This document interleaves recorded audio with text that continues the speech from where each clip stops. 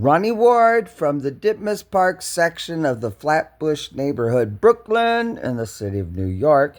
It's Saturday, the 7th day of February, 2026, and this is this is a short posted to YouTube from the Heritage Foundation, and this is what it says: posted to YouTube, September 25th, 2025, 2,476 views, 246 likes. Progressivism was meant to replace voters. Ryan Williams, president of the Claremont Institute, joined the Heritage Foundation, explains podcast to talk about what to do when government stops serving the people and targets them, and said, listen here. So I'll just point out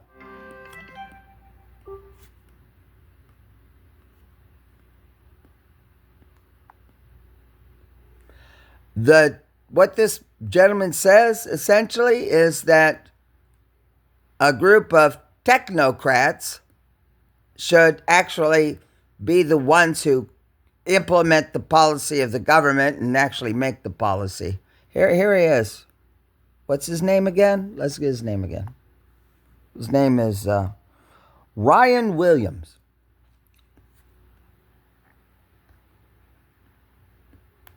Progressives like to tell this story about the rise of progressivism being just the pragmatic adaptation to a changed America. It industrialized, we grew a lot larger, we had waves of immigration. This was just a pragmatic response to updating the Constitution to the times. Whereas from the very beginning, with Woodrow Wilson and other intellectuals, it was the first real explicit critique of constitutionalism as such. The separation of powers was seen to stand in the way of scientific management and the happiness of the American people. If we could only get experts in charge and running a lot of policy, with some politicians playing the kind of visionary role, but really the core of public policy nationally and then also at the state level needed to be run outside of the parochial concerns of some podunk congressman. This scientific management of government was necessary because, under their own understanding, it was the only way we could really progress as a nation and bring happiness to the people. Now, the founders would have objected to that on the grounds that you can never really have neutral experts administering in the public good. They're always going to be self-interested. They're going to be subject to all the same passions that have been sort of grown up with mankind since the beginning of civilization. Power corrupts. People are, hungry for money and privilege, and they advance their own interests, even when they're in the bureaucracy. So the root understanding of human nature and what it meant for government underwent a kind of changed understanding with the rise of progressivism. But we argue at Claremont, and I think you all do at Heritage too, that the fundamentals of human nature and the problem of government and the need to limit it and the problem of tyranny have not gone away. We have not progressed beyond these fundamental problems in our fallen world. So government, in a way, it needs to be updated for the times for sure, but the principles at the American founding stand the test of time and should be revived, should still be taught, and we need to really re-embrace them. Progressives like to tell this story about the rise of... From the Heritage Foundation.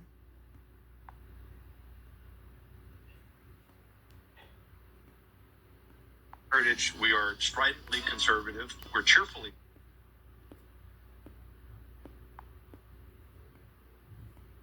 Heritage, we are most important. Heritage,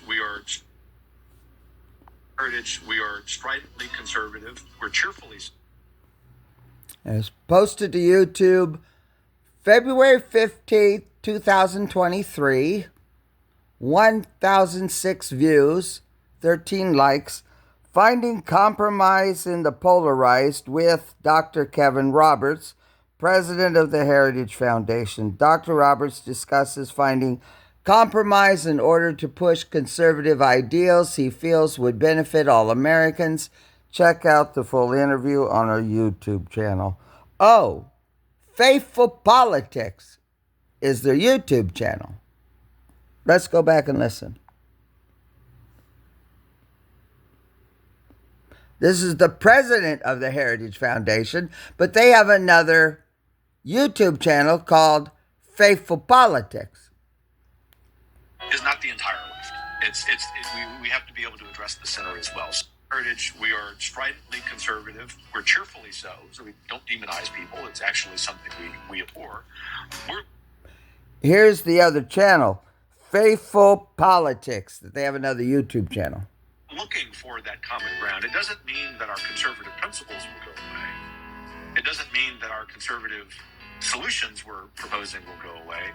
What it means is that equally important to us is the manner by which we get to a point in our worldview that the United States is more conservative. And to the heart of your question, there's no way that happens if we remain as polarized as we are.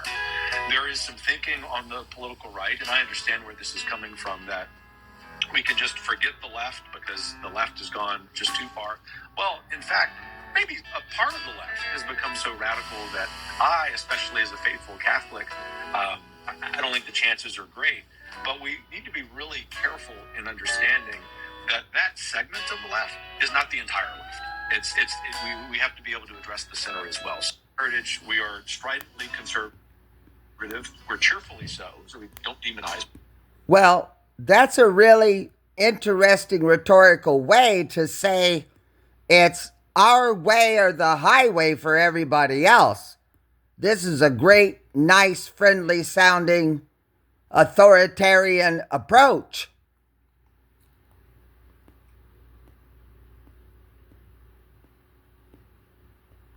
Most important, Heritage, we are stridently conservative. We're cheerfully. Oh, Faithful Politics. So here's the YouTube channel that belongs to the Heritage Foundation.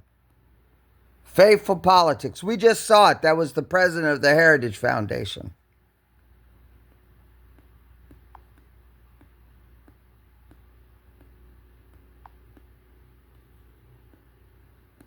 The oldest one. This is the oldest short they have. Let's see when it was from. 2 weeks ago, I was talking to a non-believer, a friend of. It says The Politics of Love. Let's see when it's from. From, September 21st, 2022. That's the oldest, with Greg Boyd.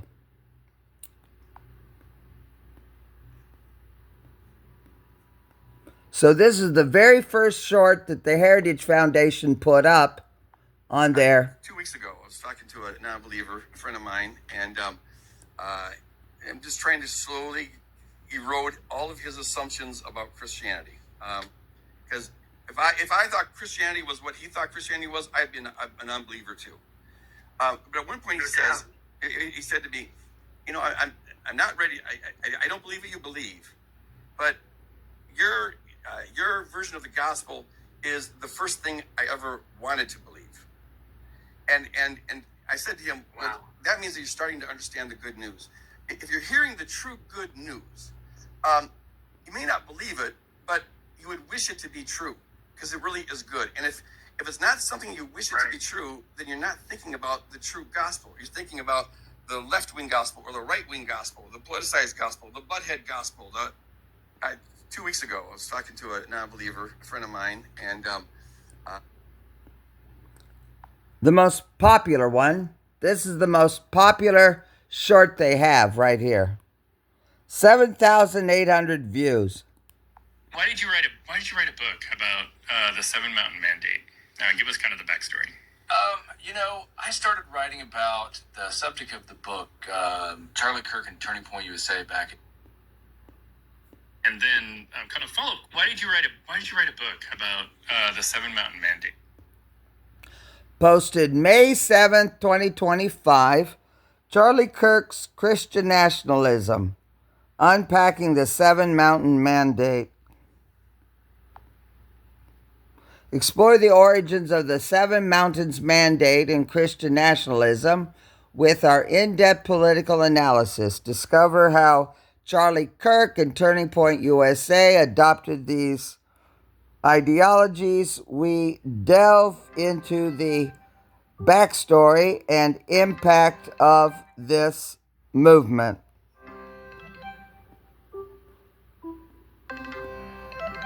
Here's the all the hashtags that they have.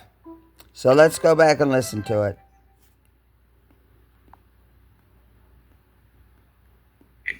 Give us kind of the backstory. I started writing about the subject of the book, Charlie Kirk and Turning Point USA, back in 2018. And when he converted, if you will, to Christian nationalism, I recognized it right away, his language that he was using and what he was talking about, because I've grown up hearing that in different ways. So when he talked about the 7 areas of cultural influence, I looked, wait a minute, I've heard that before. So the 7 mountains thing was sort of a bigger thing to his organization, and he's pushed that. And so writing about Charlie Kirk and then pushing the Christian nationalism, that just fell right into my lane. Why did you write a book about the 7 Mountain Mandate? Give us kind of the back.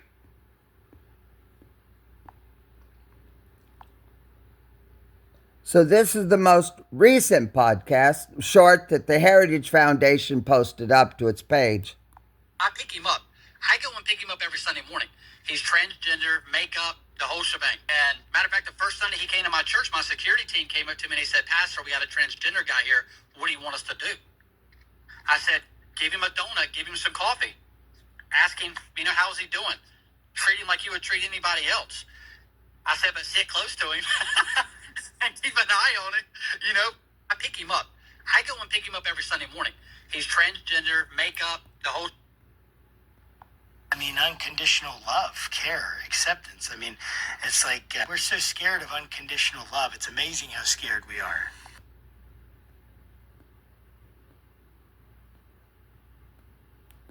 Christianity was never intended to be the religion of the empire. It did not start out that way. And for the first 300 years of its existence, it was actually, and for most of it, not all of it, but most of it, it was a tortured faith community, right? People had to be faithful and they were being tortured by the empire.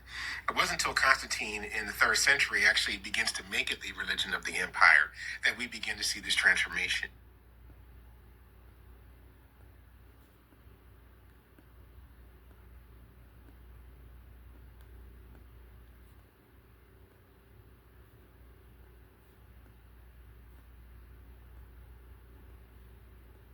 Just remember why we got here. The president of the Heritage Foundation had Faithful Politics listed that it's their YouTube channel. They're the publishers of this channel and control what goes on here.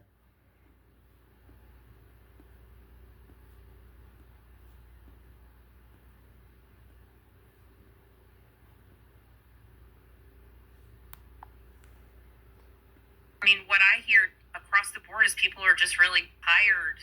There's some people who really, I won't even say they love the vitriol, who've been taken in by it, but I think for the average person, they don't want politics to be, binary. They don't want, but 90, what I hear across the board is people are just really tired. November 5th, 2025. I won't even say they love the vitriol, who've been taken in by it, but I think for the average person,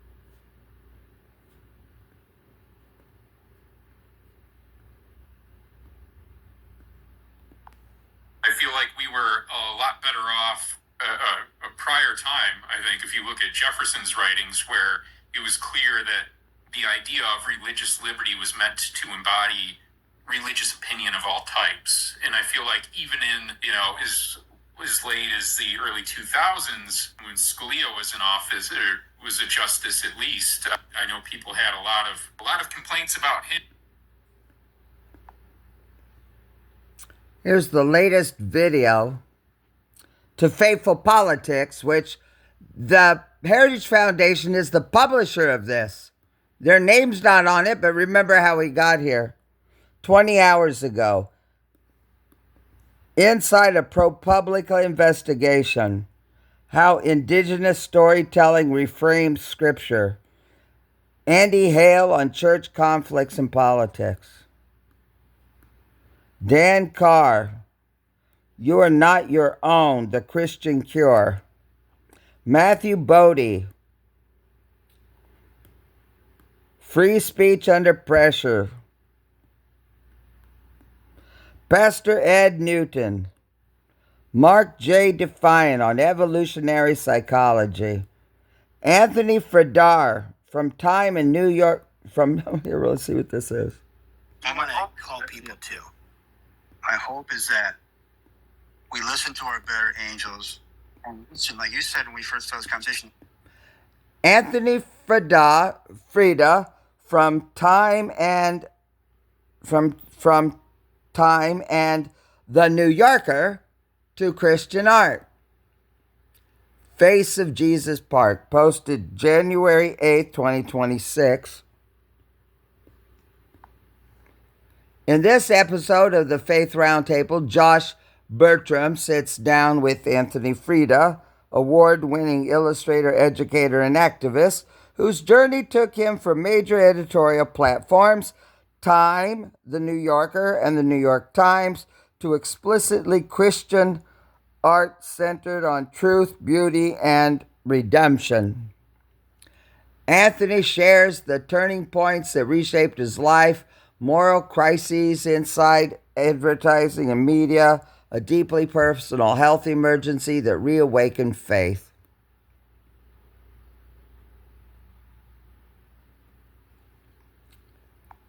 Like, you want this podcast to be about listening.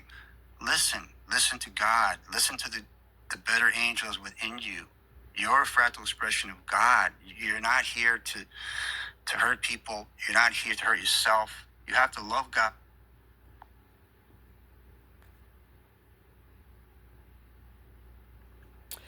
Is depression a spiritual failure? Welcome to another episode of the Faith Roundtable, where we check out what's happening and we try to do a deep dive into what's going on in Christianity and all sorts of different trends. So we talk to authors and experts, thought leaders and theologians, professors, all sorts of people to try to understand what's happening in the church in America today. And we're artists and leaders and speakers. So how would we create an artifact that's rooted in research and good science and good first prayer book? I don't think. Welcome to another episode of the Faith Roundtable, where we check out what's happening and we try to do a deep dive into what's going on in Christianity and all sorts of different trends. So we talk to authors and experts, thought leaders and theologians, professors, all sorts of people to try to understand what's happening in the church in America today. And so, of course, I'm Josh Bertram. I'm your host for the Faithful Politics podcast as well, the faithful host. Josh Bertram is his name. Happens here on the same channel, so you guys can like, subscribe, do all that stuff that hacks the algorithm, and we really appreciate that. And so I would love to kind of hear from you. What inspired you guys to write a book about depression and about kind of that those low seasons in life? So these two people writing a book about depression, I wonder what credentials they have. A little piece out there, and then Scott will pick it up. But specifically with these books, Scott and I have done, this is our third book together, really beginning with the first prayer book. I don't think we've ever really sat down and said, hey, let's make a book about. Usually the way it works, for a lot of my process, I know for a lot of Scott's process, and definitely with these projects, and very specifically within the Low, is we're collecting as we go along. I mean, it's like, man, I've been through some pretty, dark times myself. And, not understanding it. And then, having this idea that you can, treat this as a friend in some strange way. as a companion. I'm talking about this, meaning depression. Yes. Actually was he actually diagnosed with major depressive disorder, something along those lines, right? There's different ways that they put it, but it went through this whole process of screens and tests and ADHD and this kind of depression. And I know those things go together a lot, and then that sense of anxiety and it all comes together.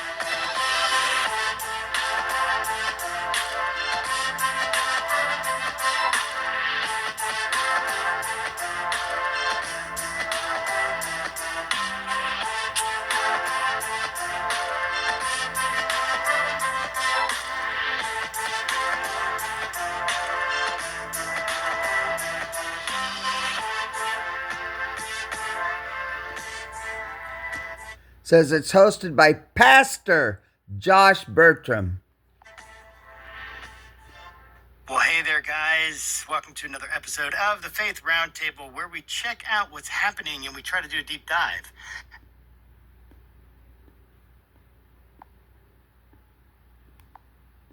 Is one would hope that to think spiritually about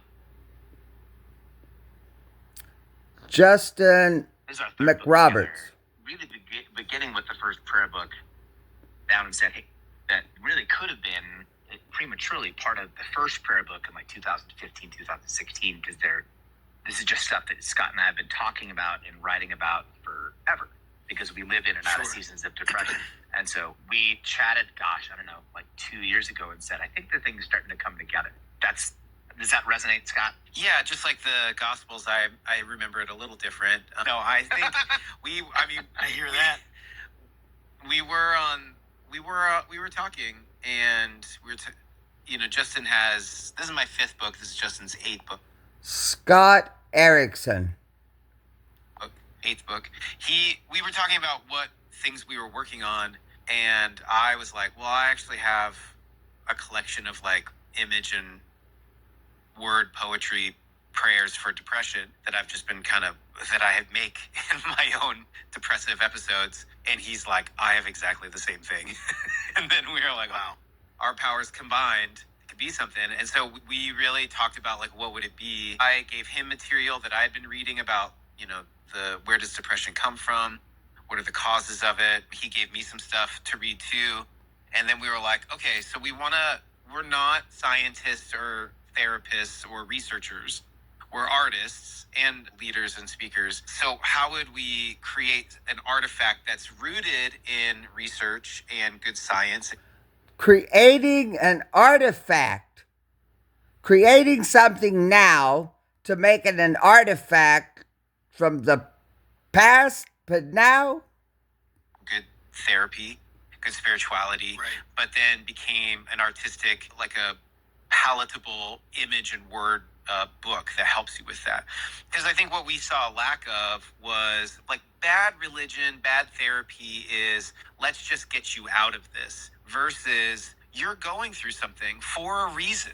And this depression is a large signpost in your body. It's your psyche and your soul going, I don't want to do this anymore. I'm done being this character. I'm done living this rhythm, and I'm shutting everything down to get your attention. And the surprise of those, my first real depressive episode was from vocational burnout.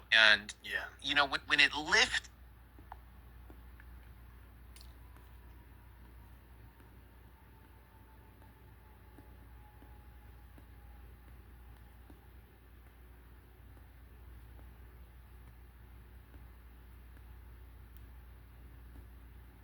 Oh, this person's from ProPublica. Hey, welcome back. Posted to the Heritage Foundation's YouTube channel, Faithful Politics, on December 2nd, 2025. ProPublica's Jennifer Smith Richards on Oklahoma's push for more patriotic Christian public schools. Politics listeners and watchers, if you're watching on our YouTube channel, we're so glad to have you. I am Will Wright, your political host. I'm joined by my faithful host, Pastor Josh Bertram. How's it going, Josh? Good, thanks, Will. And So now Josh Bertram, who was hosting the other video, is now a guest on this podcaster's show.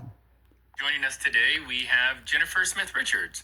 She is an investigative reporter with ProPublica whose work exposes abuses by powerful government institutions. Her current reporting examines how the Trump administration is reshaping the federal government's role in education and what that means for students. So here's a reporter and writer from a newspaper source that's part of Faithful Politics and part of the Heritage Foundation. Civil rights in schools. And today she is here to talk with us about all the things in Oklahoma. So welcome to the show, Jennifer. So glad to be here. Thank you. Yeah, I just want to start off first by asking a little bit about your career. So looking it up, seems like you've been in this education space for a very long time. And whenever people have a specialty, whether that's, I don't know. So he's qualifying her as an expert. You see what he's doing here? Education, religious nationalism, or whatever topic that they are studying. I'm always curious, like, what was it that got you interested to, start looking at, like, how we teach people in this country? I probably fell into schools reporting by accident, but once I was there, I think I realized just how truly universal and consequential, particularly public schools are in this country.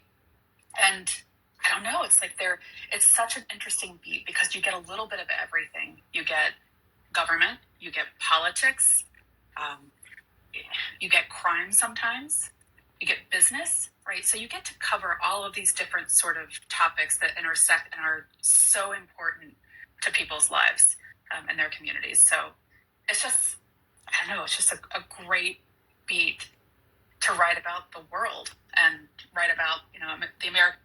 The world, she says.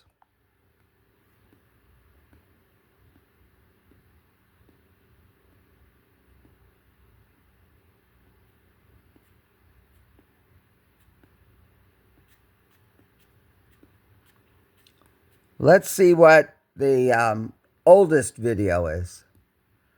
DC Dogma, President Biden and his faith, 5 years ago. This is the oldest one.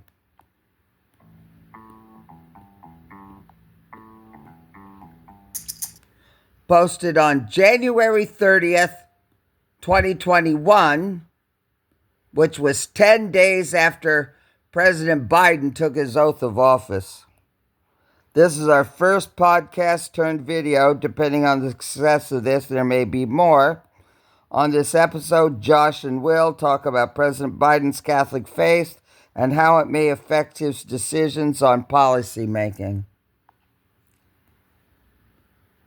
They also discuss the disparity between media coverage when it comes to the faith of Democrats and Republicans, resources referenced in the show, articles of faith by politicians,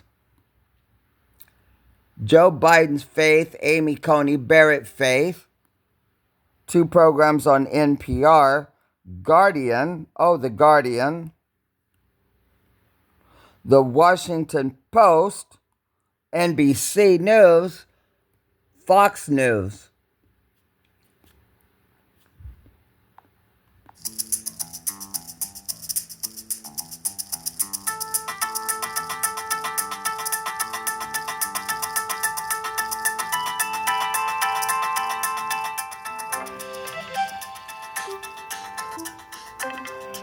It's funny, it's called DC Dogma. Dogma is a term that applies to a religion.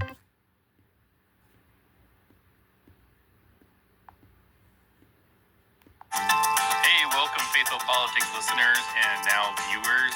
Josh and I are starting a new, I shouldn't say a new. So this is Pastor Josh Bertram again. He's here on the very first video posted to Faithful Politics, which the president of the Heritage Foundation said in his video that Faithful Politics is part of the Heritage Foundation. We are going to try to subject you to our beautiful faces.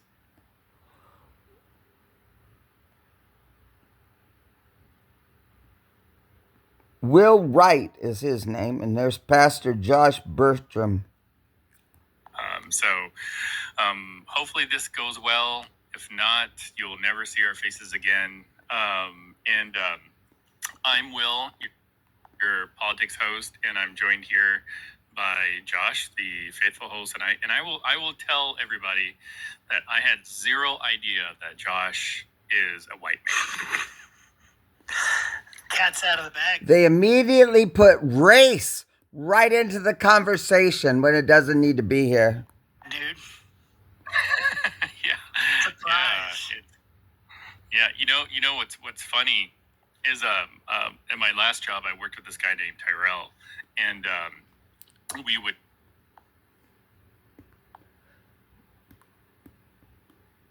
This is the most popular one. Dr. Robert P. Jones on What White Christian is 1 year, 17,000 views. Hey. Posted on December 14th, 2024, 17,728 views. This episode of Faithful Politics takes a deep dive in the impact of white Christian nationalism on American democracy with Robert P. Jones, president of Public Religion Research Institute. Host Will Wright.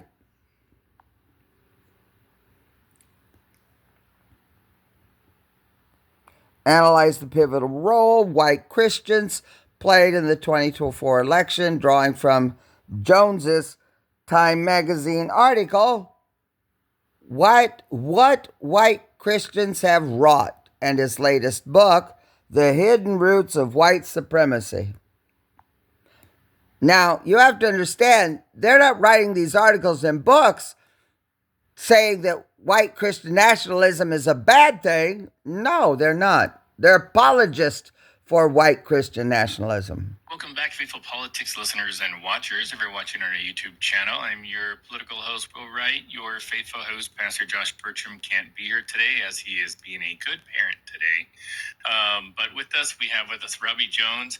He is the president and co-founder of PRRI, which is the Public Religion Research Institute, and a leading scholar and commentator on religion and politics. He also writes regularly on politics, culture, and religion for the Atlantic Time and Religion News Service, and we are so happy to have him back with Writes for the Atlantic magazine. us. So welcome back to the show, Robbie. Oh, thanks, Will. Glad to be here. Yeah, I was really looking forward to having this conversation post election. The first person we spoke to after the election was Sam Perry, and he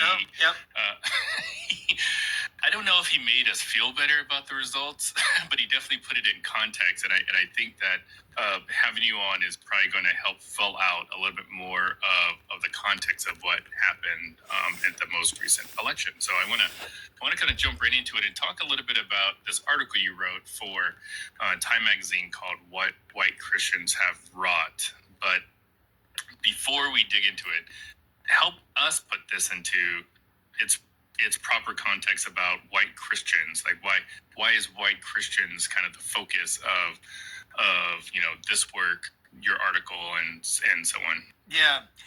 Well, maybe I'll back up just a little bit before I get to that question. And I do want to offer a caution about overreading this election. I think, we have just, there's so many people, including me, right, whose day jobs are to analyze, do the postmortems, do the autopsies, analyze every single detail of, the election and try to pick it apart, what happened, why do we see this, why do we see that, and that's all, important. Like I said, that is part of my day job at PRI, is to do that work. At the same time, I do want to just say up front, this election was so close. Like the last several major presidential elections we've had, they are all razor thin margins, and so kind of, I think, remembering that, Trump did win the popular vote, and I should just say, I also want to celebrate that we are at a place where the election results are not contested. The losers are not saying it was not a free and fair election. The losers are saying we lost, and that is so important in a democracy, for the losers to say, yeah, I feel like this is a recurring joke because I've interviewed Robbie a couple of times. I'm just waiting for one poll that makes me.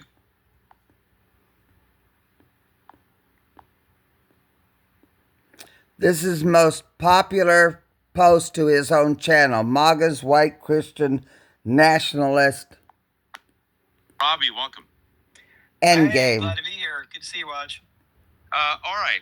It's 2026. We have masked armed ICE agents killing unarmed white women. We have MAGA saying that how dare you protest in a church, but you can go ahead and kill a white woman. You can use a 5-year-old child as bait. You can terrorize a city. And you have a lot of Christians more upset about Don Lemon following a bunch of peaceful protesters in a church because the pastor, folks, is an ICE agent, but they're not really upset about a white woman who's shot and killed. But they're very Christian. Robbie, how do you explain this? Well, I tell you, so I'm from, as you said, I'm from Mississippi. I grew up Southern Baptist. I have a degree from a Southern Baptist seminary. So that church was a Southern Baptist church that we're talking about, where the protest took place. And, the first bells that went off in my head actually were, you mentioned we're in 2026, but the first bells that went off in my head was actually from 1963. Because there was another set of church protests that happened in 1963 in my hometown of Jackson, Mississippi. They were led by Medgar Evers. And what happened in June of 1963, in fact... Medgar Evers was murdered. This was the last campaign that Medgar Evers was involved with before he was murdered in cold blood in his own driveway. He was trying to integrate the white Southern Baptist and United Methodist churches in downtown Jackson, Mississippi, because they were the home churches of Ross Barnett, our blatantly segregationist and racist governor, and Mayor Alan Thompson, who was...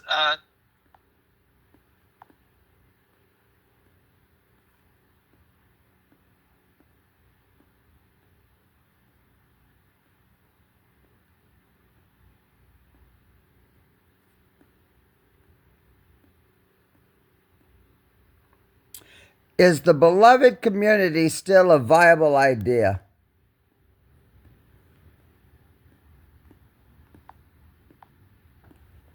Posted January 18th, 2025. Is the beloved community still a viable idea in America today? Convo with Adam Taylor. All right. Hello, everybody. We'll give it just a second as people are coming in, but welcome to the White Too Long Author Salon. I will introduce my friend, colleague, the Reverend Adam Russell Taylor, who's here with us tonight.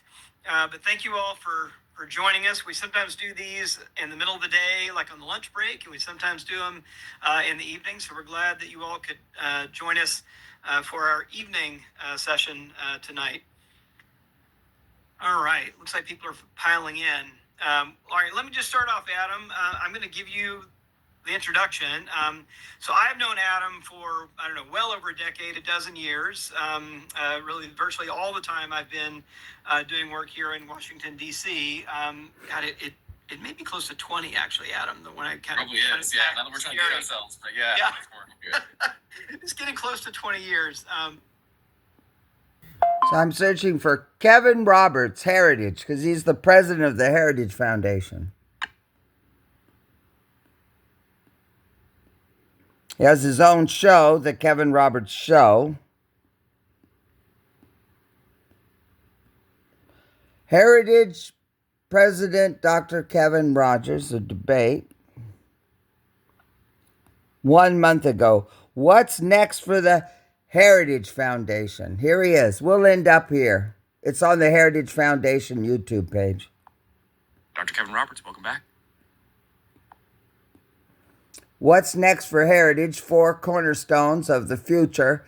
Kevin Roberts on Heritage Explains.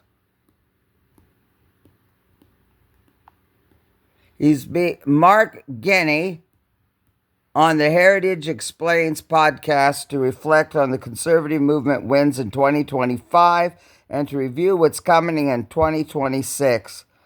The year of America's 250th birthday, but Heritage will be rolling out the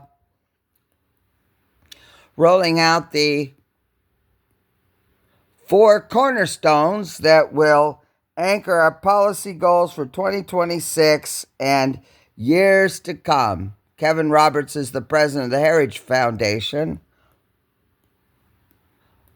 Mark Genney is the assistant director of digital productions at the Heritage Foundation and host of the Heritage Explains podcast. So this is an employee of the Heritage Foundation being interviewed by the president of the Heritage Foundation, posted to the Heritage Foundation's website. Mark Genney, it's a pleasure to be here. It's a pleasure to have you. So 2025 is now drawing to a close. It's been a momentous year for conservatives. Obviously, we've welcomed a new presidential administration, and many things have happened since then. For you, December 22nd, 2025. as you're looking forward into the next year, what are you going to take with you from 2025?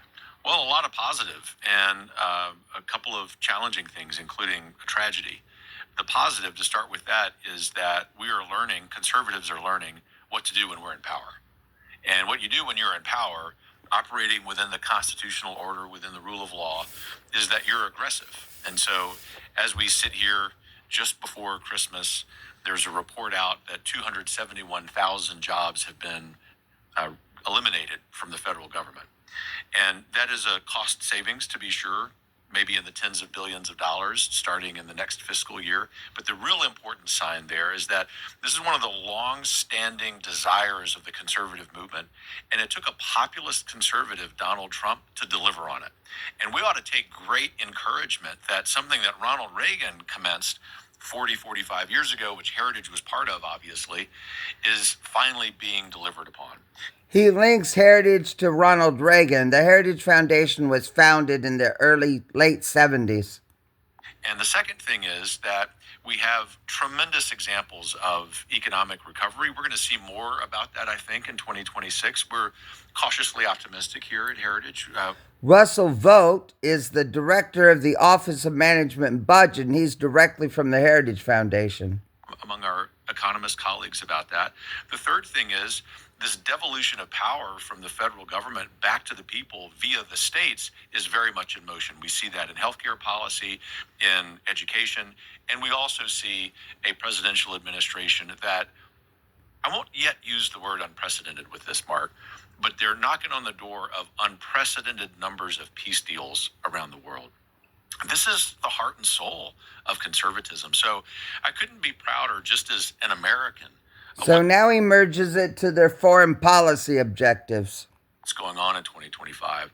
The flip side and the very tragic side of that is we lost, as you and I talked about, in the aftermath of the assassination of Charlie Kirk, a future president, someone who was really helping to hold the movement together. It's always a struggle, going back to the words of Edmund Burke, for conservatives to remain cohered, to remain unified when we're in power. Charlie was a massive force there. And so it's incumbent upon us, as the calendar flips to 2026, to do two things.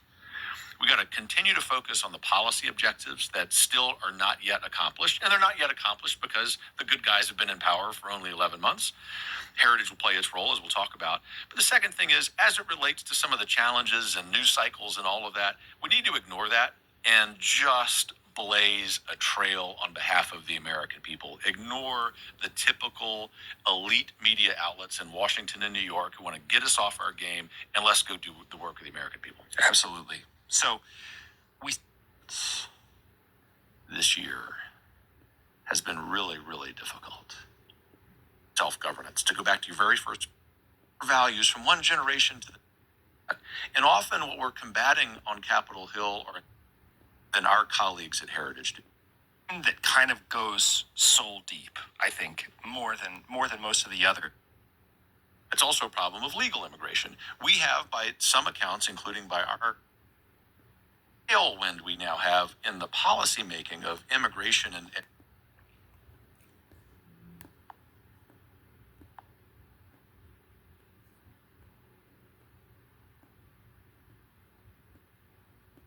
3 months ago. A few days ago, On November 3rd, 2025. I posted a video, truly with the best of intentions. I and Heritage don't engage in canceling people. Because when you cancel people, especially in the age of social media, if in fact you do that because you want their audiences to get smaller, you make their audiences bigger. And then there's the whole thing of the loyalty toward friends. He's speaking at Hillsdale College in Michigan. And speaking as a pretty proud Generation Xer, my motivation, having seen over the last 25 years, basically the entirety of my professional career, that men and women of all ages, but especially in my generation, His professional career begins in the year 2000. Have been canceled from every industry. My motivation was to draw a line in the sand and say, let's stop that. You have a problem with the content, you have a problem with the issues, you have a problem with the ideas, by all means, go debate them. But I have to tell you, to the students, that this old history professor made a mistake. And I'm not saying that your professors at Hillsdale make mistakes. But sometimes you can make a mistake with the best of intentions. And my mistake was not saying we aren't going to participate in cancel culture. We're not. My mistake was letting that, which we will never backtrack from, override the sinful motivation that I had in doing that. Because I can tell you as an old professor, but also as a dad of 4, there's one of those ideas that really worries me. It's an idea that has become cachet, not just on the left, but on the far fringes of the right. And that's anti-Semitism. And so let me say loud. So here's Kevin Roberts, a Plan for America Heritage Foundation president. Well, if we... And this is posted to from October 29th, 2024.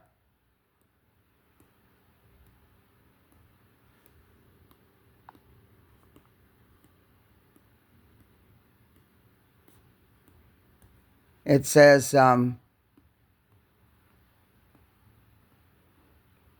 talking to Kevin Roberts. The two discussed Kevin Roberts' decision to move from the world of education to politics. The Heritage Foundation plans to save America's institutions in the ever-growing bureaucratic state. This interview was conducted on October 23rd, 2024.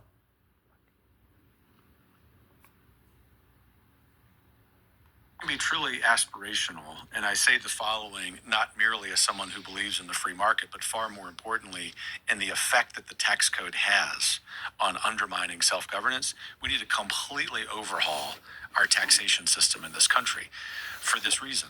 I mean, I care about the corporate tax rate, but I almost don't care. What I really care about in the tax code is the existing disincentives to family formation. There are disincentives in the tax code to lower income. He claims that the tax code of the United States government disincentivizes people from having children. But that's the opposite of the reality of the tax brackets and the difference between a single filer, head of household, and a married couple. People being married, which we believe, according to our research at Heritage, has an effect on the birth rate. These are existential problems for America as a society. So that magic... The birth rate, meaning we're not having enough babies and we're going to run out of population. One, I would simplify the tax code. The second thing that I would do is I would get Congress to completely overhaul, at the very least, the Department of Education. And, you know, if I had my druthers, if Heritage had its druthers going all the way back to the day the Department of Education was founded, we would eliminate it entirely. Not for the purposes of harming public education, but quite the opposite. For the purposes of helping kids and helping teachers who want to take initiative.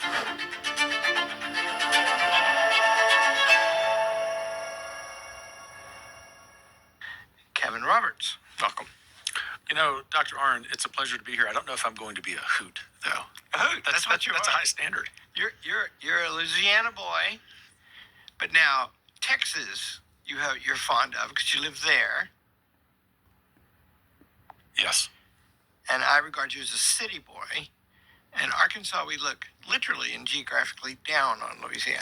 Well, everything in relation to Arkansas is more sophisticated and urbanized. That's it. We're rustics in Arkansas. Well, Mississippi. Sometimes you have a point. Sometimes we rank ahead of Mississippi. And Louisiana's putting on airs now. Your town is 200,000 people. That's right. It's a formerly great oil and gas town, but sort of to swerve into policy real quick here, the globalization of that business has had an impact on the rural communities outside my hometown, which is why it's grown. So a lot of country people live in my city. Yeah. Well, they better. I hope they remain so. I hope so. We're taping this not long before the election, and I hope that country people continue to vote like country people. We need country people to turn out like they've never turned out before. That's really important. Okay, we're going to talk a lot about the Heritage Foundation today, but first we're going to start with you, because you're an interesting guy. Your mother's maiden name is Rabelais. Is that Louisiana French? Yes, that's her So Dr. Larry Arnn is getting him on the record. married name, my stepfather's name. Her maiden name is Petrie, P-I-T-R-E. Petrie. Both are French, and both are Cajun French. So my maternal ancestors arrived in Louisiana, and I write about this in an upcoming book in 1785 from Nova Scotia. They were exiles from France because of turmoil there. They go to this French colony that eventually the British take over, and the British show up one day to these Roman Catholics and say, you can speak French, but you can't go to Mass.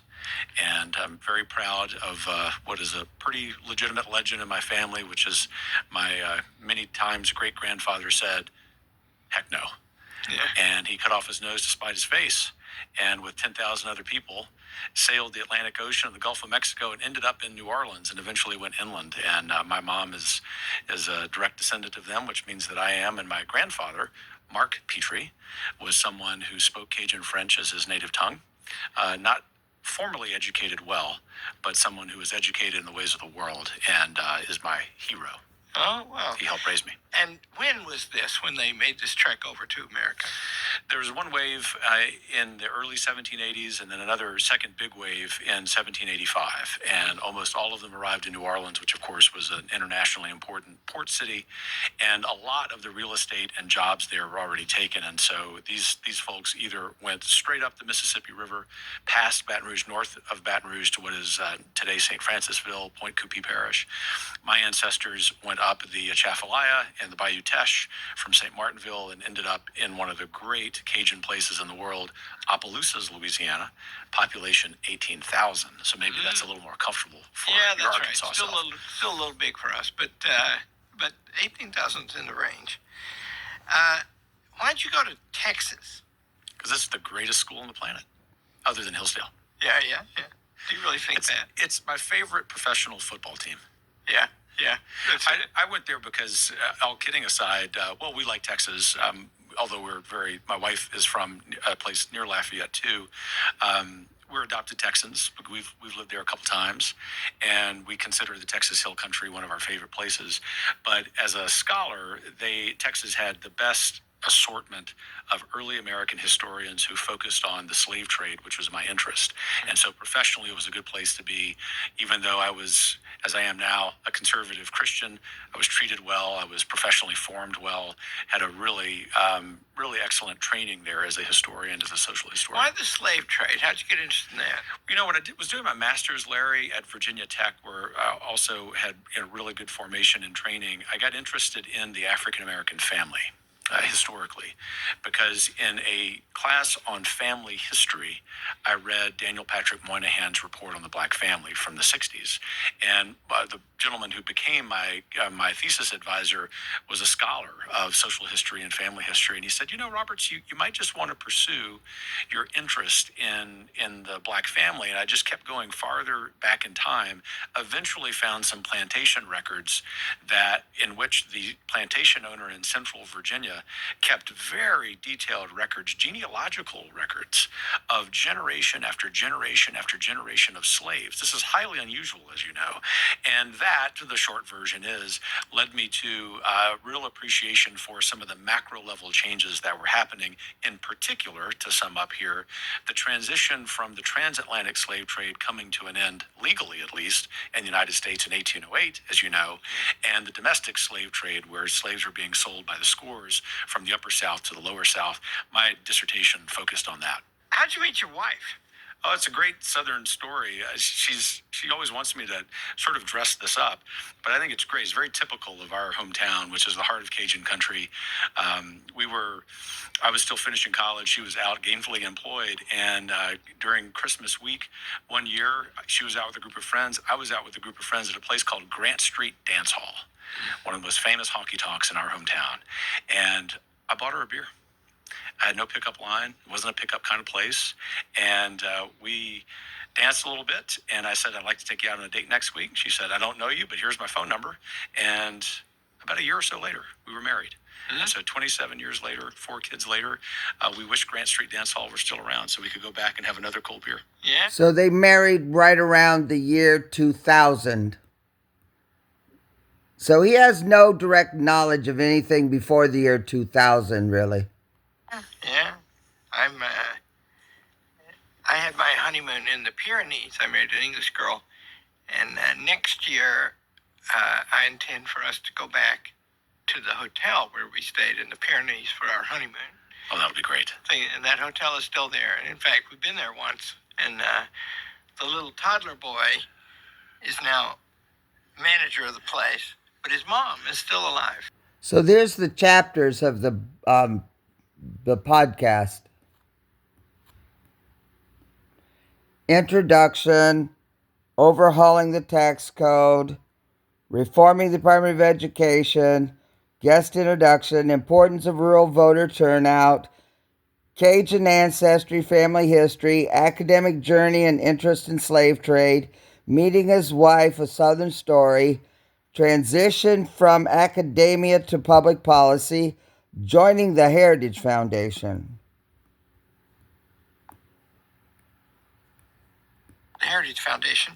Oh, against your better judgment. Yeah, and I thought, okay, he wrote, wonder why he left that thing. But you did leave it to go to a public policy thing. Yeah, and that's a twofold explanation. The first is, as I told people up to that point, I've got 2 great passions in life, politics and education, and I make a living in education.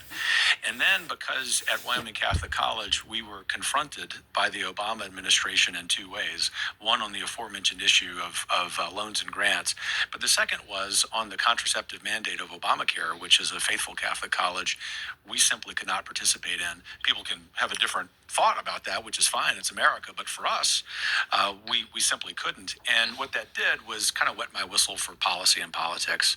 And this opportunity came up to join the Texas Public Policy Foundation. Ironically, there were some opportunities to do public policy in D.C., but I turned to my wife and I said, well, I never want to live in D.C., so let's just go back to Austin.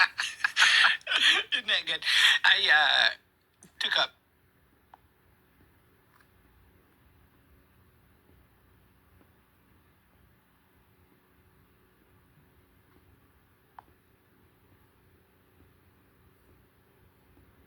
So joining the understanding America's current challenges, politics versus culture, which influences which, the role of science in government policy,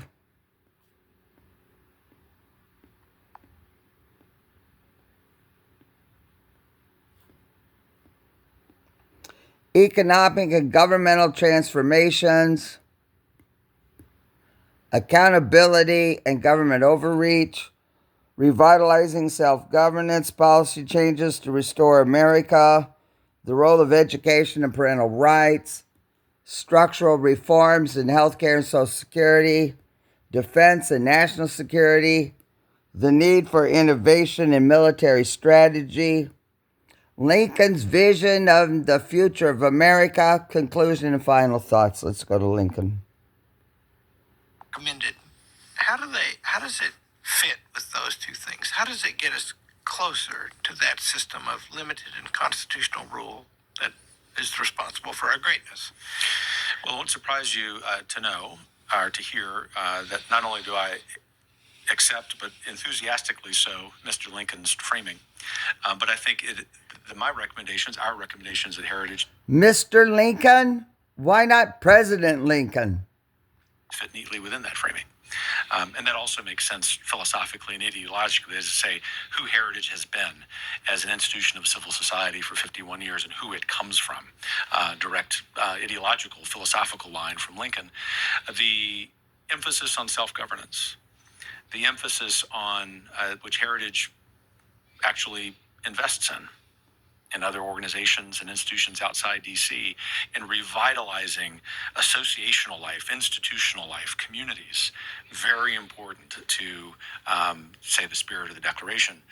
But we also, tactically, in the laws we propose, and our endorsement, for example, of a couple of good constitutional reforms, like the Balanced Budget Amendment, understand that there must be some political... The Balanced Budget Amendment in Article 5 of the Constitution to rewrite it.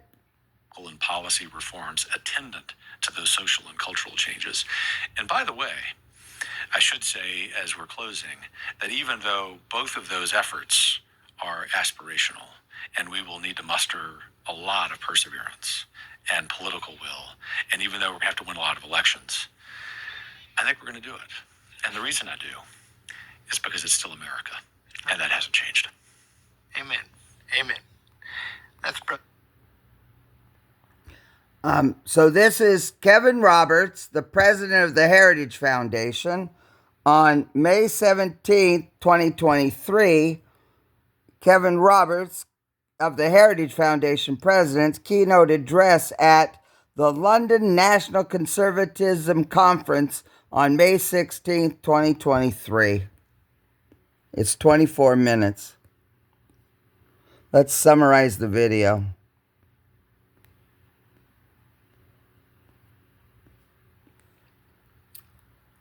In this speech at the National Conservative Conference in London, May 16, 2023, Kevin Roberts discusses the reemergence of nationalism and populism on the right in Western politics.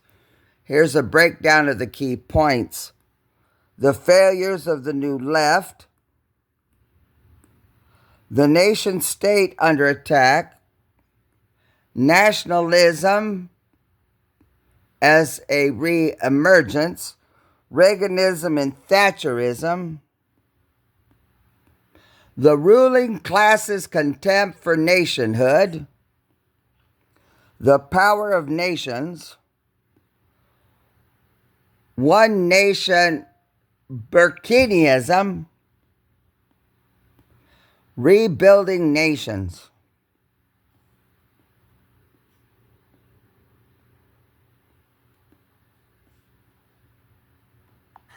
Call it one nation Burkeanism. The fundamental principles of one nation Burkeanism are very simply that the United Kingdom belongs to her people, period. That her political, corporate, spiritual, and civic institutions should serve them, not the other way around.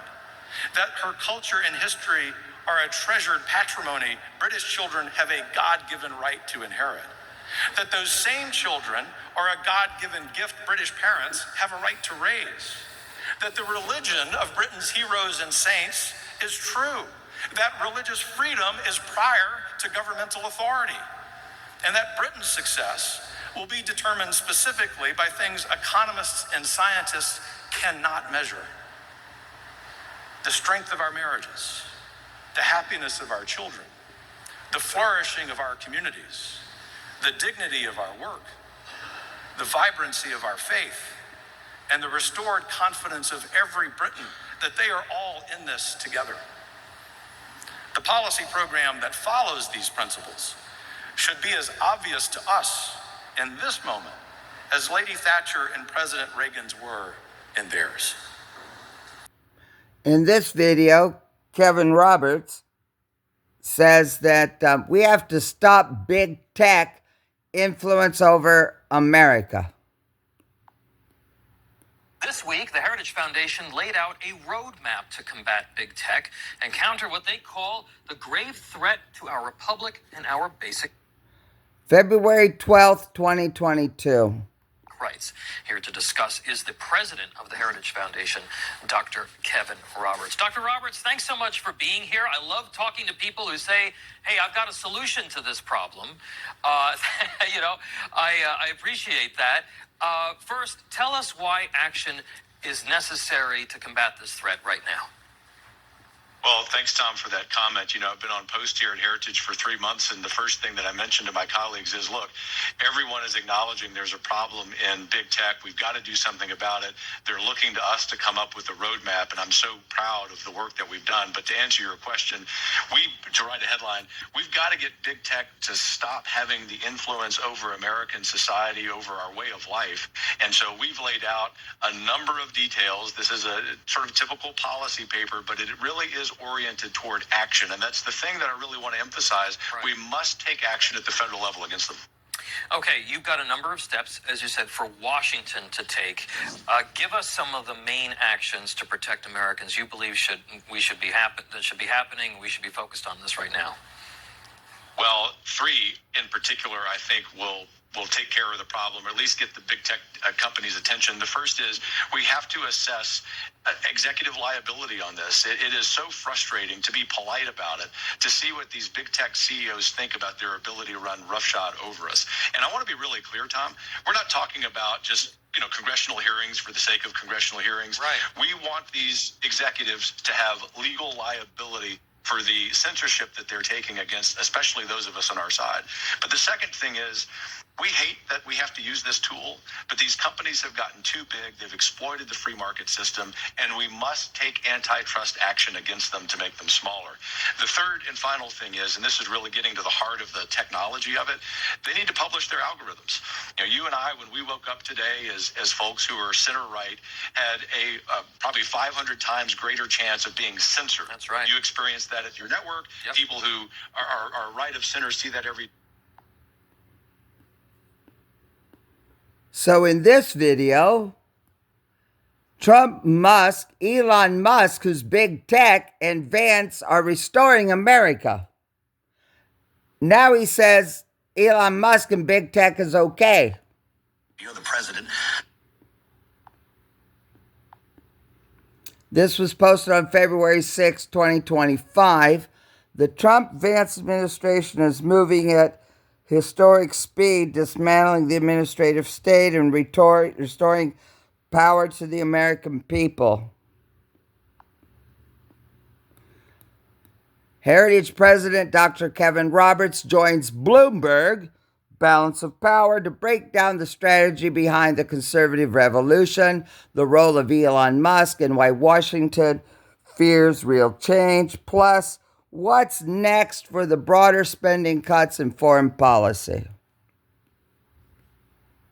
The president of the Heritage Foundation, one of the authors of that document, the pride of Lafayette, Louisiana. It's great to see you. Welcome back. It's kind of you to say that and kind of have me back. That by all means. So I'm curious to hear a lot of stuff from you today. Number one, how you're dealing with the fire hose, the shock and awe here. Is this what you foresaw? And to the extent that you're kind of squinting your eyes, looking at the campaign and looking at the new administration, the document that you crafted has quite a bit in common with what we have seen over the past couple of weeks, hasn't it?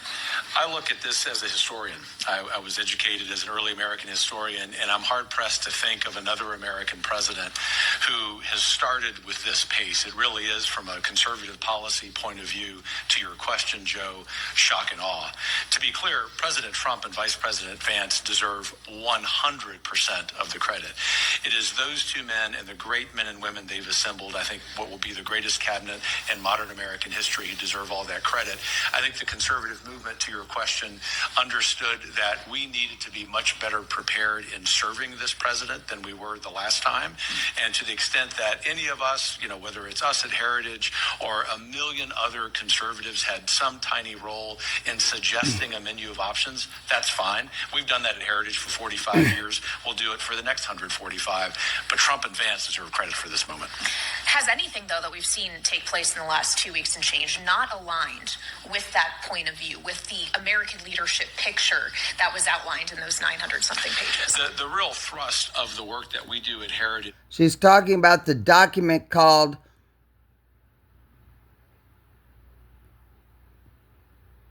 Heritage 2025.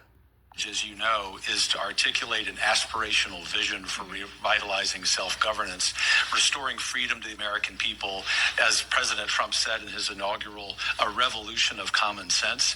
And there is no exception to the fact that everything that he has done up to this point is going to do all of those things. Heritage stands ready, not just to help with these executive actions from the outside, obviously, but very importantly, considering another aspect of our work, and as you've been covering in your show, making sure that our legislative leaders pass the necessary attendant legislation to amplify the successful executive orders that have happened up to this point. Well, connecting the dots there is going to be an interesting challenge, and I'd love to hear more from you on that. But it sounds like you're happy with what we're seeing from Elon Musk, this individual who has been thrown in the middle of this whole thing. A lot of people in the first Trump administration and now the second said they voted for Donald Trump because they wanted somebody to come to Washington to break it. I don't know if that kind of creative destruction or whatever you call that sounds like the right answer to you, but is Elon Musk, is the richest man in the world, the guy to do it?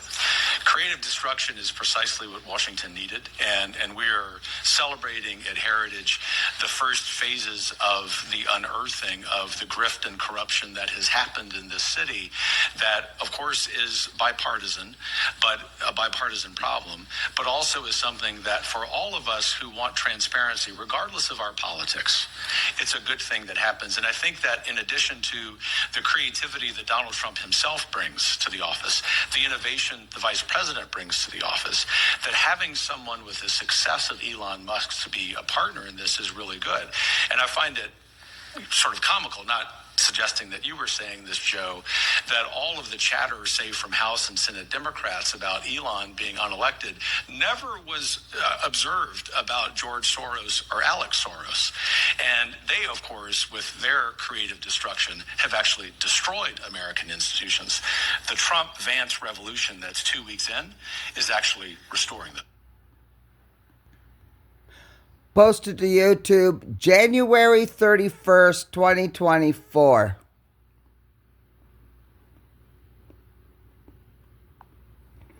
NATO Secretary General Jens Stoltenberg joins Heritage Foundation to underscore the needs for increased and sustained defense spending across the NATO alliance, more balanced burden sharing, and the ramping up of defense production to rise to the challenge of this pivotal moment.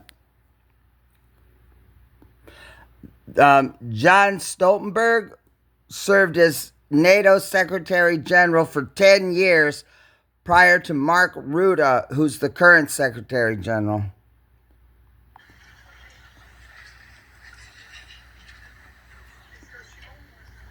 This is from January 31st, 2024.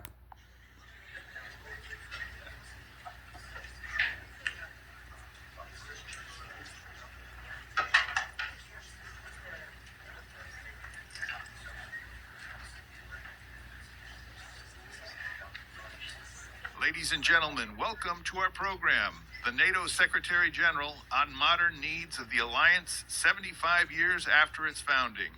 Please welcome Heritage President Dr. Kevin Roberts. So there's the American flag and the NATO flag, and they're at the Heritage Foundation, and here comes Jens Stoltenberg.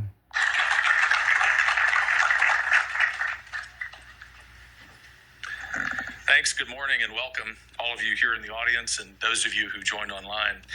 Many of you, especially our friends from the media, may be curious why, of all places in our nation's capital, the Heritage Foundation would set the stage for today's honored guest, our friend, NATO Secretary General Jens Stoltenberg. At Heritage, as you know, we've always prided ourselves on our pursuit of conservatism, those policies and ideas rooted in self-governance and forged through rigorous research and internal debate that allow our country to be a shining city on a hill. We firmly believe in a powerful U.S. military and that American leadership is essential for human flourishing around the world. But our great nation state is, frankly, on the brink of decline, and so are many of our allies. As a historian, I hope we're living in a bad dream, as age-old bad actors again rear their ugly heads. Russia, Iran, and Islamic terrorist organizations fester, while the rising threat of the Chinese Communist Party goes wholly unchecked. Our latest Heritage Index of military strength, rating our military as weak, is evidence that America is ill-prepared to fight in multiple theaters of conflict. And yet, on the other side of years of chaos was a decade of American greatness. It is in this spirit that our friend Mr. Stoltenberg joins us today. NATO has indeed been the bedrock of transatlantic security cooperation ever since its creation in 1949, and has done more to promote peace, security, and democracy in Europe than any other institution. NATO's strength lies in the commitment of its member states. For years, however, many U.S. NATO allies failed to live up to their Article III commitments in the North Atlantic Treaty to, quote, maintain and develop their individual and collective capacity to resist armed attack. Today, only 12 of 31 NATO countries meet the essential 2% GDP defense spending requirement necessary to fulfill that obligation. Germany and France, in particular, conspicuously lag behind. This is unacceptable to the American people, and our friend, the Secretary General, knows this and agrees. It's time for our NATO allies to step up to the plate so that NATO, this great and noble organization of security and peace, can flourish. While Heritage strongly supports the NATO alliance and its mission, given this state of affairs, it's crucial to address the elephant in the room, the elephant in Washington, Ukraine. While we strongly condemn Vladimir Putin's barbaric invasion of Ukraine, and certainly want the Ukrainians to win, our constitutional and moral obligations compel us to prioritize the interests of the American people. We've said before that we will not support further funding for Ukraine unless it is military only, matched sufficiently by European nations, is transparent and accountable, and follows a clearly articulated strategy for victory. And today, I want to be crystal clear, especially for our friends in the media. Heritage will not now, nor ever, support putting a foreign nation's border ahead of our own. The United States must defend and secure its own border and sovereignty, both of which are threatened as we sit here by disordered policies affecting not just our border states and counties, but every city in this great country. An open borders America is dangerous both for us and for NATO. Since President Biden took office, over 10 million illegal aliens have entered our nation, including 120,364 Chinese nationals, and just in the last 5 months, 50 criminals on the terror watch list.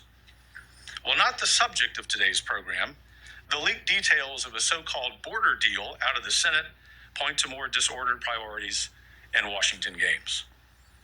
So, until the border is at least as secure as it was a few years ago, which President Biden can do today with existing authority, we can't support sending more American taxpayer dollars overseas to secure someone else's border. And while at Heritage, we do recognize Russia as a major adversary and national security threat, by far the greatest threat to post-World War II America, even more so than the Soviet Union ever was, is the Chinese Communist Party.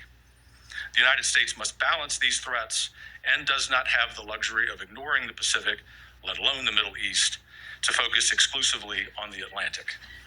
Going forward to NATO's centennial in 2049, a celebration we'd eagerly applaud, we need to work together to shoulder these burdens evenly.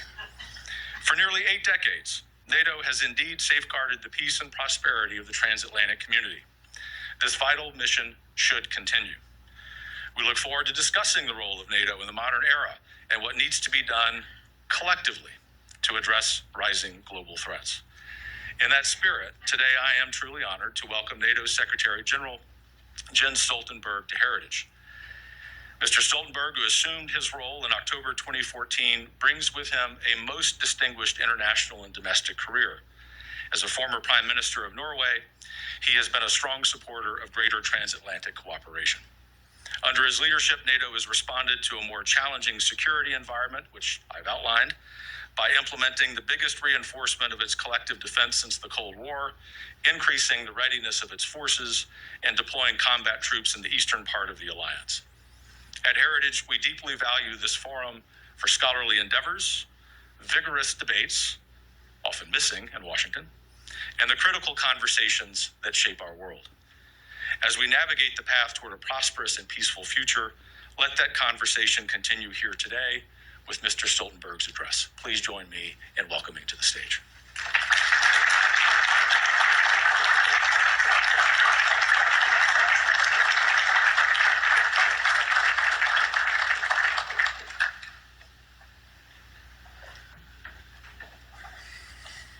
Thank you, Dr. Roberts, Kevin. Good morning, all.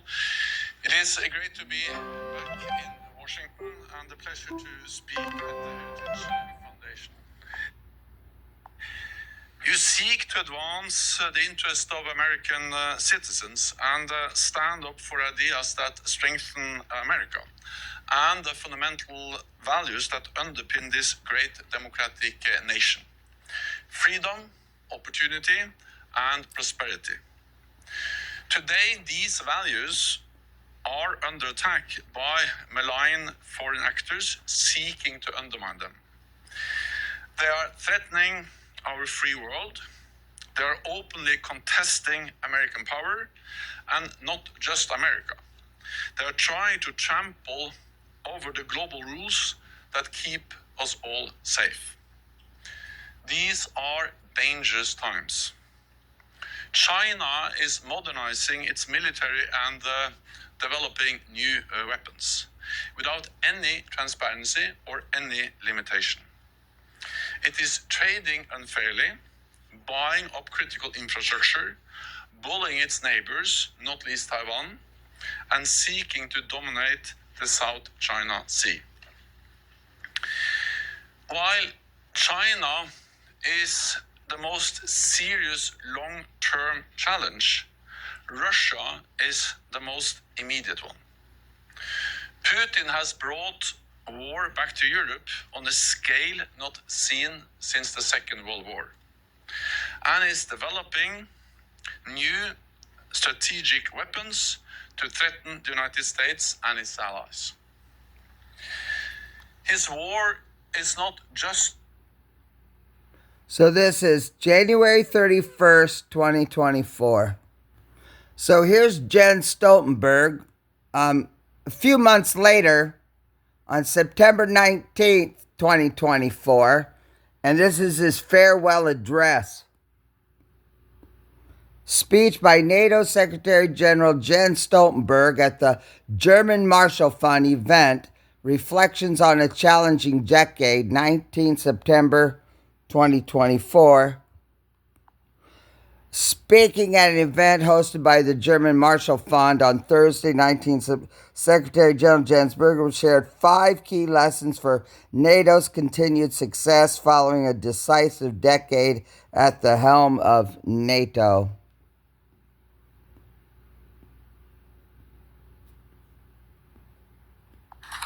Thank you so much, Ian.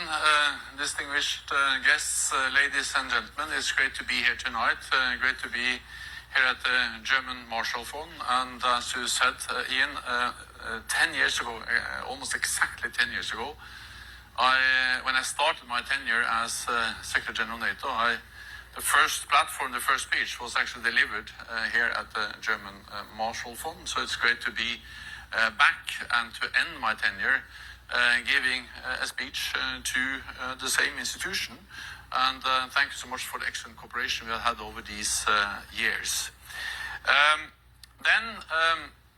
As some of you may know, early 2014, when I was first approached and asked whether I was open to become the Secretary General of NATO, I did as I always do. I went to my father and asked for advice.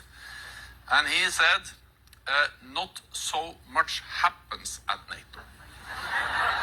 So he was not very enthusiastic about the idea of me going down there and having some boring years.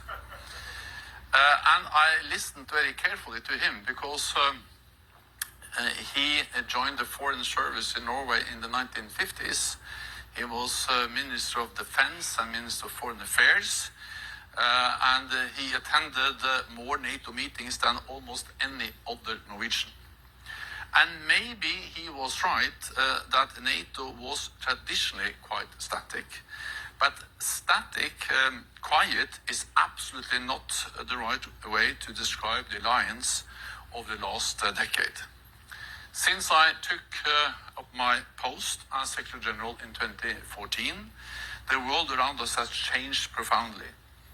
We have seen Russia's illegal annexation of Crimea, the rise of ISIS, Russia's full-scale invasion of Ukraine, growing competition with China, the COVID pandemic, more sophisticated cyber attacks, and the increasing impact on climate change on our security.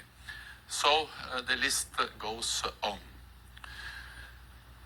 During my time as Secretary General, the relevance of NATO has been questioned. The alliance has been described as divided, obsolete, and brain dead. But the reality is that NATO is strong, united, and more important than ever.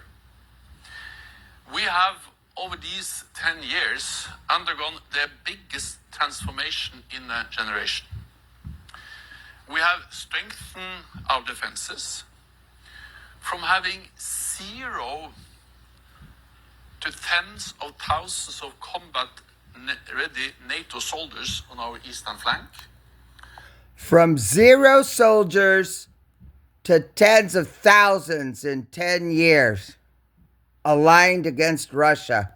From thousands to 500,000 troops on high readiness, and from 3 to 23 allies spending at least 2% of GDP on defense. We have strengthened NATO as an institution, doubling our common budget to ensure we can effectively deliver. And our family of allies and partners has grown. Montenegro, North Macedonia, Finland and Sweden joined our alliance. And Ukraine is closer to NATO than ever before. In 2014, we only provided marginal support to Ukraine. Now our support is massive. So he said NATO in 2014 was already supporting Ukraine for the Maidan uprisings. Here's the Secretary General stating it himself. And NATO is coordinating the support through our new command in Germany. We have also broadened our partnerships in the Global South, deepened relations with countries in the Indo-Pacific, and NATO-EU cooperation has reached unprecedented levels. I am proud to have served as NATO Secretary General and to have steered this alliance through a decisive decade.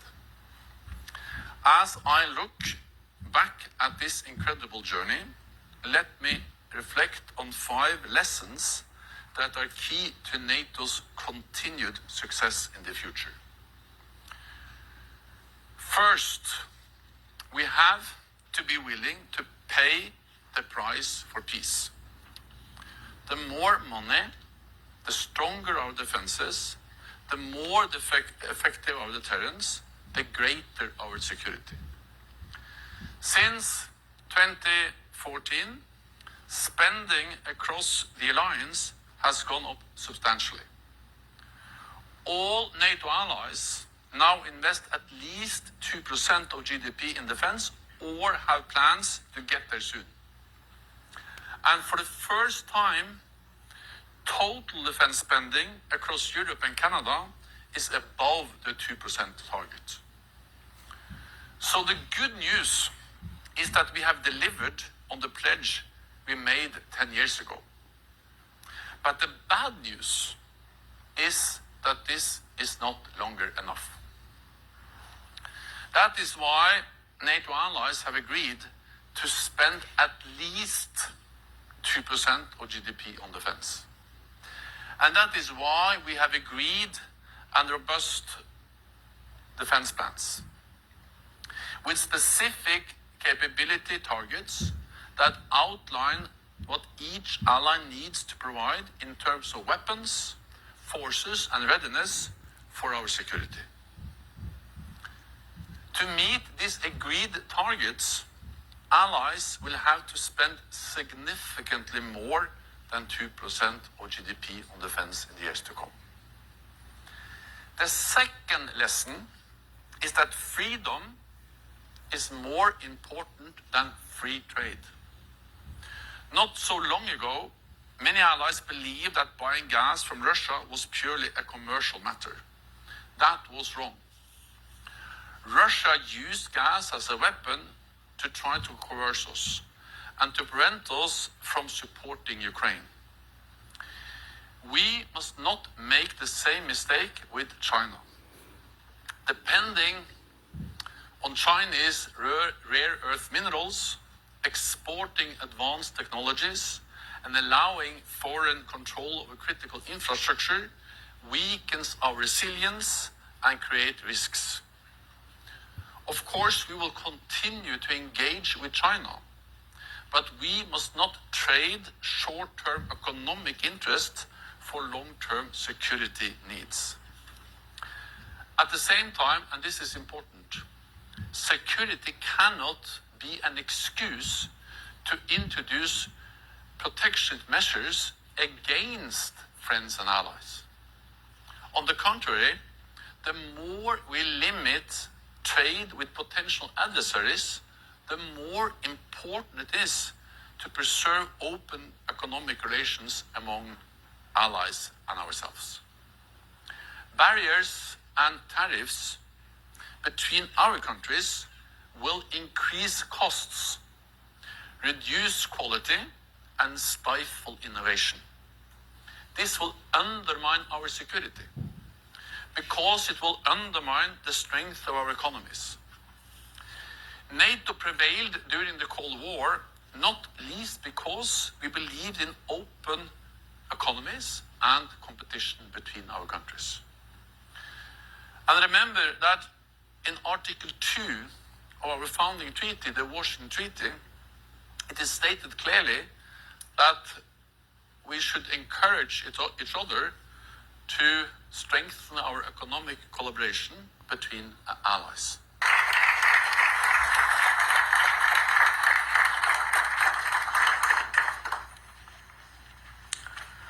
All right, thank you very much, Mr. Secretary General. Pleasure to be here. Great that we have the opportunity to have as Ian indicated, roughly 20-25 minutes talk. It's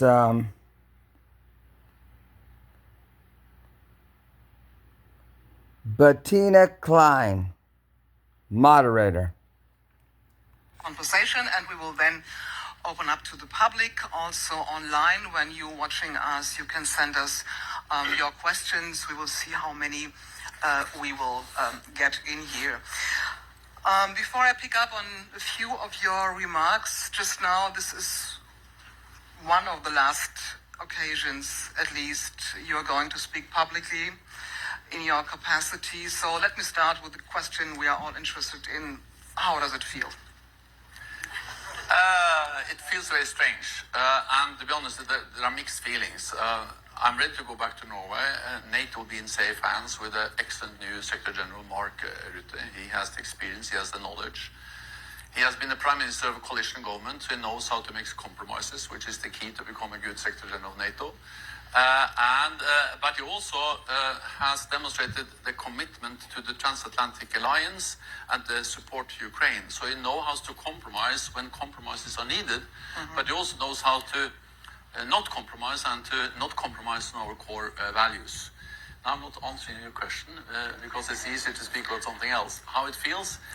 Well, so I will miss NATO, I will miss Brussels, I will miss the people, but I have the beauty of being a politician for as many years as I've been is that I've stepped down many times before. I remember I stepped down as Minister of Finance back in '97. I thought it was the end of the world, but it was not. And then I stepped down as Prime Minister in 2001 after 2 short years, and then I stepped down in 2013. And something nice has happened every time.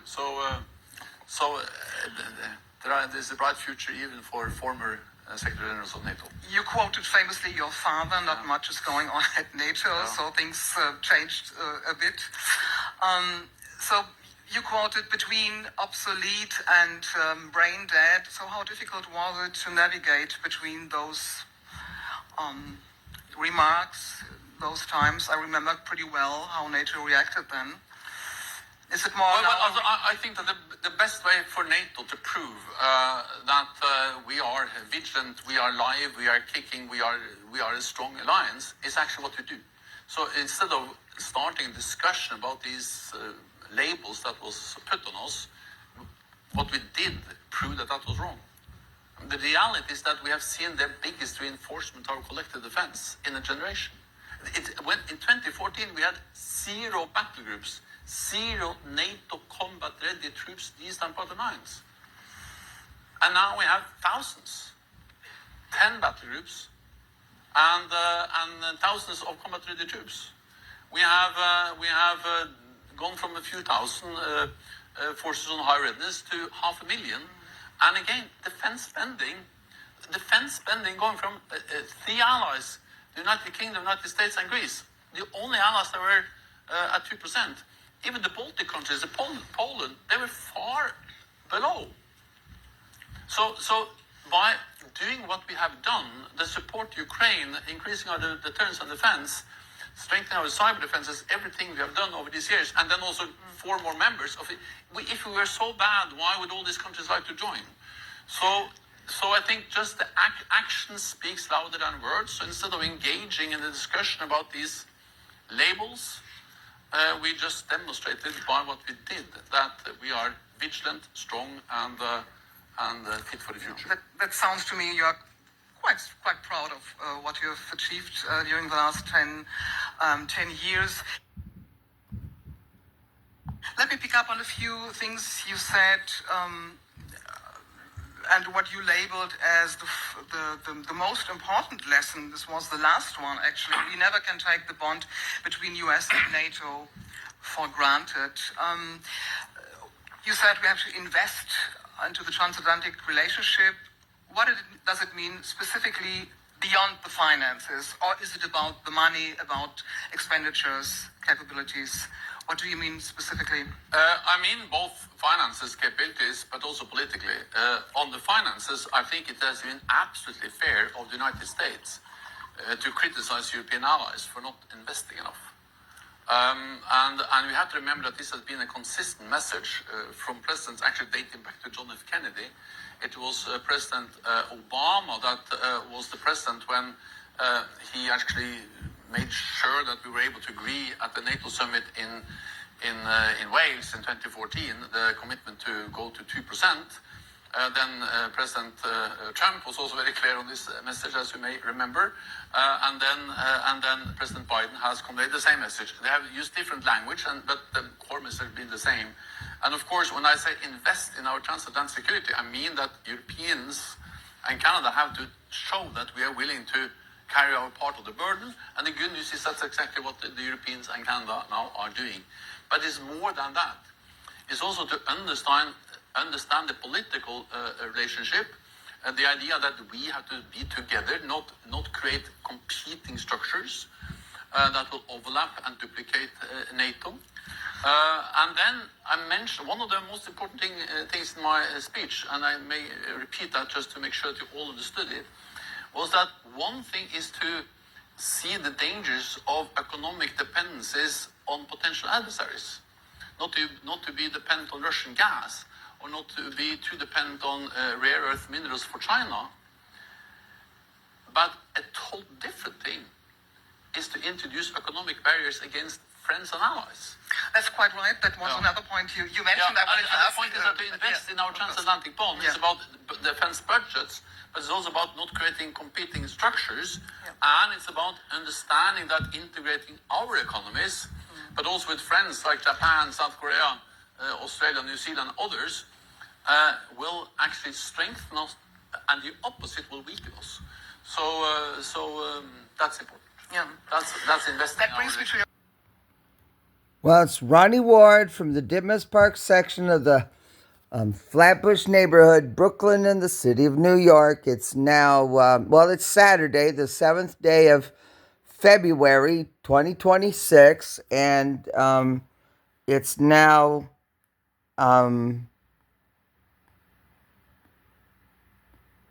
22:38 p.m. Eastern Standard Time.